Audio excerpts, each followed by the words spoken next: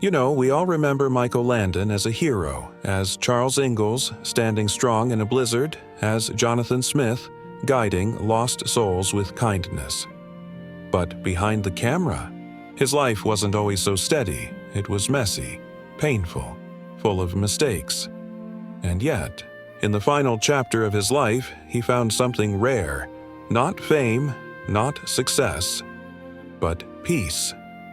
Through love, through family, through his third wife, Cindy Clerico. And today, I want to tell you their story, not to rewrite history, not to ignore the past, but to honor the truth.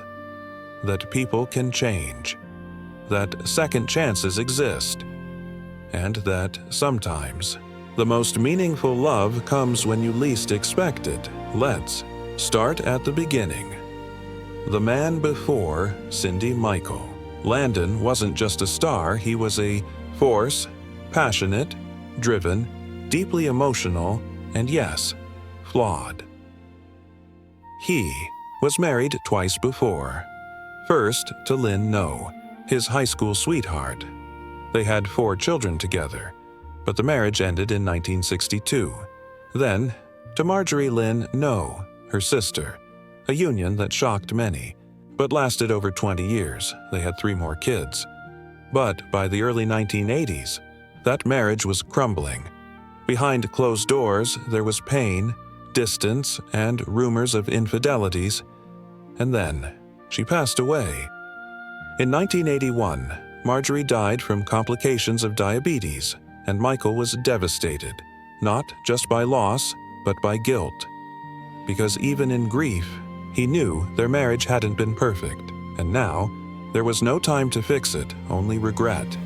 And in that darkness, love found him. Not loudly, not dramatically, but quietly. With Cindy Clerico. Now, some people saw her as the other woman.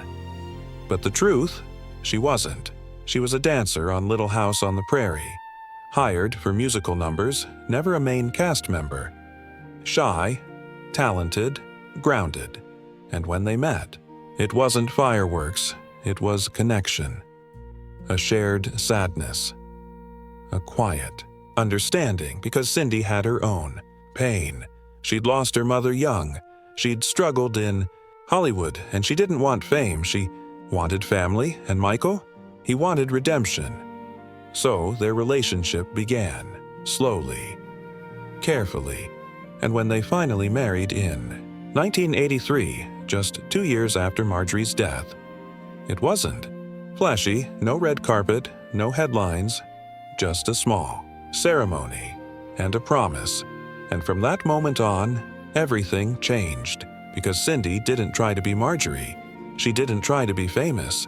She just loved him, fully, fiercely, faithfully, and she gave him 2 more children, Joshua and Christopher, sons born in the final years of his life.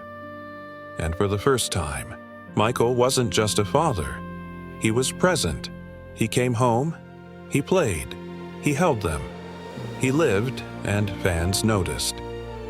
Melissa Gilbert once said, "When Cindy came into his life, Michael softened. He smiled more. He wasn't so intense, and you could feel it. On set, in interviews. Even in Highway to Heaven, where his character Jonathan carried a gentler light, because Michael wasn't just playing love, he was living it. Now, let's talk about what Cindy did, not just as a wife, but as a protector. Because when Michael was diagnosed with pancreatic cancer in 1991, she didn't hide. She stood beside him. She told the world. She made sure he wasn't alone. And when he went on Larry King Live, weak, bald, but still smiling, she sat just off camera, holding his hand, feeding him water, and when he said, "I'm not afraid to die," she was the reason he could say it. Because he knew he wouldn't die alone. And when he passed on July 1st, 1991, at just 54 years old, she was there, at his side, until the very end. And after, she didn't disappear. She raised their sons, protected his legacy, and kept his memory alive, not as a saint, but as a man, flawed, fierce, loving, and deeply human. Now, here's something beautiful. After Michael died, Cindy didn't remarry. She didn't chase the spotlight. She stayed out of the drama, out of the feuds, out of the lawsuits. She focused on their boys, on healing, on honoring the love they shared, not perfectly, but truly.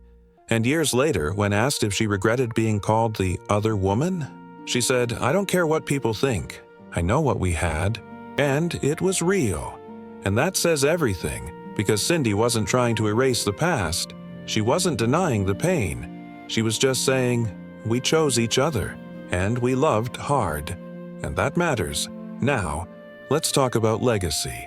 Because when people think of Michael Landon, they see Charles, they see Jonathan, they see the man who taught us about family, faith, and doing the right thing, but they don't always see the man who needed those lessons, who failed, who hurt people, who searched for peace, and who finally found it, not in fame, but in a quiet woman named Cindy.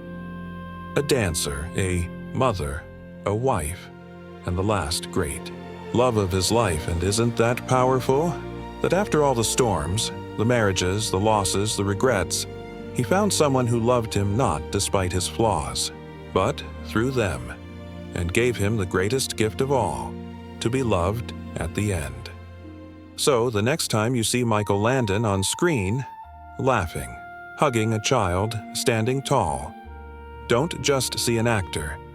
See the man behind him, the one who lived hard, loved deeply, and in the final years found grace because of Cindy.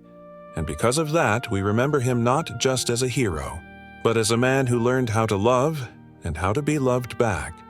And if there's one thing their story teaches us, it's this: it's never too late to change, to heal, to start again, to find someone who sees you, not as your past, but as your heart, and hold on.